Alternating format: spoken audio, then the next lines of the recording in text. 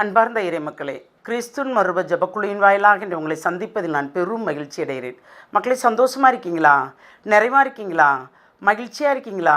மன அமைதியாக இருக்கீங்களா? மக்களே, எது நடந்தாலும் நன்றி சொன்னோம் என்றால் நமக்கு ஒரு மகிழ்ச்சி உண்டு இல்லையா? என்ன நடக்கும் சொல்லுங்கள்?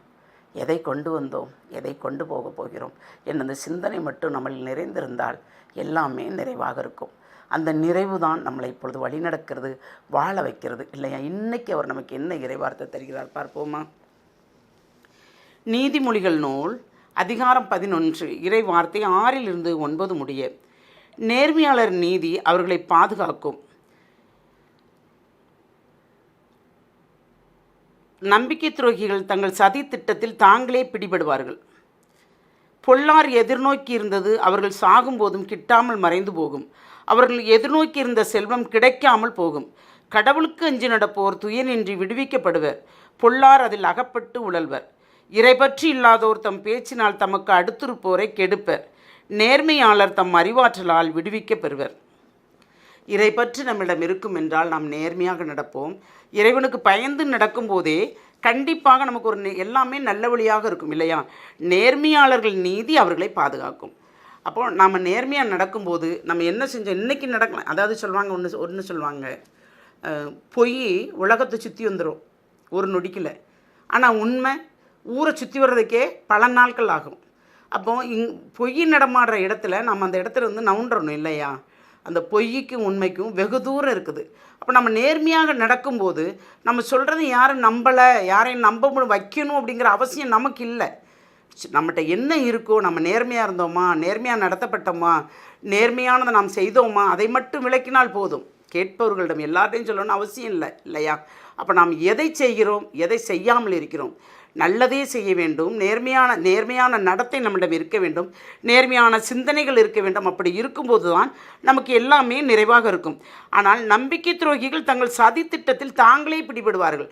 நம்மளை கொண்டு ஒருத்தரிடம் குற்றப்படுத்தி நல்லது போல் நம்மிடம் இருந்து கொண்டு நம்மளை குற்றப்படுத்துவார்கள். அவர்களே அதில் மாட்டிக்கொள்வார்கள். ஏன்னா நம்மளை பற்றி தெரியும் போது அப்போ இவங்க சொன்னதெல்லாம் பொய், இவங்க ஒரு வேறு மாதிரி நம்மள்கிட்ட க்ரியேட் பண்ணியிருக்காங்க அப்படிங்கிற மாதிரி வரும்ல. அதை எப்படி சொல்கிறது?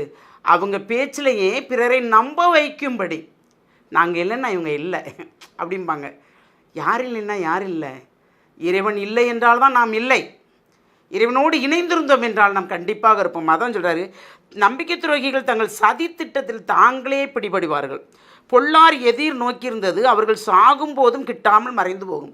என்ன நினச்சி இருக்கிறாங்களோ மறிக்கிற வரைக்கும் அவங்களுக்கு அது கிடைக்காமலே போகுமா? ஆனால் நல்லாருக்கு கிடைக்காமல் போகுமா? கிடைக்கும். ஏனென்றால் அவர் என்ன தர நமக்கு நினைச்சாரோ நாம் மறிப்பதற்கு முன்பு நமக்கு கிட்டாவிட்டாலும் நம் பிள்ளைகள் நம் சந்ததிகளுக்கு அனைவருக்கும் அவர் தருவார். தருவாரா மாட்டாரா? தருவார், கண்டிப்பாக தருவார். இன்று நமக்கு ஒன்றுமில்லையே என்று நாம் கவலைப்படலாம். நமக்கு இல்லை, ஆனால் நம் பிள்ளைகளை நிறைவாக ஆசீர்வதிப்பார். நம் பிள்ளைகளின் பிள்ளைகளுக்கு நிறைவாக வழி நடத்துவார். நாம் அவருக்கு உகந்ததாக நடப்பாததற்கு நம்மிடம் என்ன குறை இருக்கிறது என்று கண்டுபிடிக்க வேண்டும். அப்படி கண்டுபிடித்தால்தான் நமக்கு நிறைவான ஆசீர்.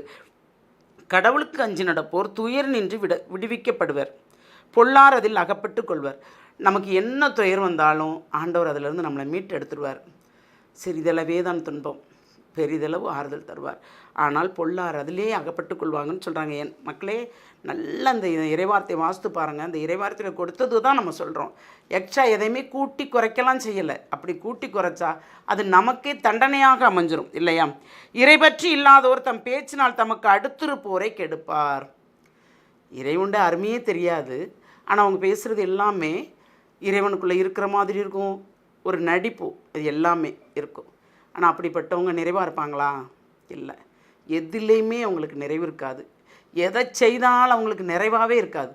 தரமாட்டாங்க. ஏன்னா இறைப்பற்றுள்ளாதார் அப்படி தானே. அவரே சொல்வாரே, இறைப்பற்றுள்ளோருக்கு கொடு. நான் பாவிகளை வெறுக்கிறேன். இறைவார்த்தையிலே இருக்குது. எதில் இருக்குதுன்னு பார்க்குறீங்களா? சீராக்கின் ஞான நூல் 12வது அதிகாரத்தில் இருக்குது. எடுத்து பாருங்கள். நீங்கள் பைபிள் புரட்டுறவங்கன்னா கண்டிப்பாக பார்த்துருப்பீங்க. பார்க்கலைன்னாக்கி இன்றைக்கி புரட்டி பாருங்கள். அப்படி பார்க்கும்போது எல்லாமே அதில் தெளிவாக இருக்குது. இறைப்பற்றுள்ளோருக்கு கொடு. அதுபோல் தான் இறைப்பற்றி இல்லாதோர் தம் பேச்சினால் அடுத்திருப்போரை கெடுப்பர். நேர்மையாளர் தம் அறிவாற்றலால் விடுவிக்க பெறுவர். என்ன பேசினாலும், யார் அடுத்தவங்க என்ன பேசினாலும் நாம் நேர்மையாக இறைவனுக்குள்ளே இருந்தோம்னா, இறைப்பற்றலோடு இருந்தோம் என்றால் இறைவன் நமக்கு அதை ஞானத்தை தந்து அதிலிருந்து நம்மளை மீட்டு எடுத்து விடுவார். அப்படி மீட்டு எடுக்கும்போது எல்லாமே நமக்கு நன்மையாக இருக்கும். இருக்குமா இருக்காதா? இருக்கும். அப்போ நாம் எப்படி இருக்க வேண்டும்? இறையச்சத்தோடு நாம் இருக்கும்போது நாம் நம் பிள்ளைகளுக்கும் நம் நடத்தையை பார்த்து நம் பிள்ளைகளும் அதை படித்து கொள்ளும். என்ன கொடுத்தாலும் நிறையாதவர்களிடமிருந்து நாம் ஒதுங்கி இருக்க வேண்டும் இல்லையா? அதுதான் என்னென்னா, இது எப்படி கொடுத்தாலும் குறையான பாத்திரம் தானே. சிறிதளவு கொடுக்கும்போது அப்போ அவங்க இவ்வளோ தந்தாங்களே அப்படின்னு மனதார இறைவனிடம் நமக்காக பரிந்துரை செய்பவர்கள் இருக்காங்க பாருங்கள். அது சிறிதளவு தான் கொடுத்துருப்போம், அதாவது அள்ளி கொடுக்கவில்லை, நம்ம நொல்லி தான் கொடுத்துருப்போம். அதுவே நமக்கு பெரிய பலனை கொண்டு வரும். அள்ளி கொடுத்துருப்போம், அவங்க இன்னும் தரமாட்டாங்களான்னு எதிர்பார்ப்பாங்க. அப்படிப்பட்ட ஆட்களை நாம் அறிந்து கொள்ள வேண்டும் இல்லையா? அந்த அறிந்து கொள்கிற ஞானத்தை கேட்போமா? எல்லாம் வல்ல இறைவா, உம்முடைய இரக்க பெருக்கத்திற்கு அளவே இல்லை. ஆமாண்டவரே, நாங்கள் எதை செய்ய வேண்டும் எதை செய்ய வேண்டாம் என்ற ஞானத்தை நீர் தர வேண்டும் ஆண்டவரே. உம்மால் மட்டும்தான் அந்த ஞானத்தை தர முடியும். எங்களிடம் ஆணவமோ அகங்காரமோ இருமாப்போ இருக்குமாயின் அனைத்தையும் எடுத்து அப்புறப்படுத்தி எப்பொழுதும் நாங்கள் உமக்கு உகந்த வாழ்க்கை வாழும்படி தேவர் நீர் ஆசீர்வதிக்க வேண்டும் என்று எங்களை முழுமையாக உம்முடைய இரக்கத்துக்குள் ஒப்புக் கொடுக்கிறோம். ஜெபம் கேட்கும் நல்ல பிதாவே. ஆமேன், ஆமேன், ஆமேன்.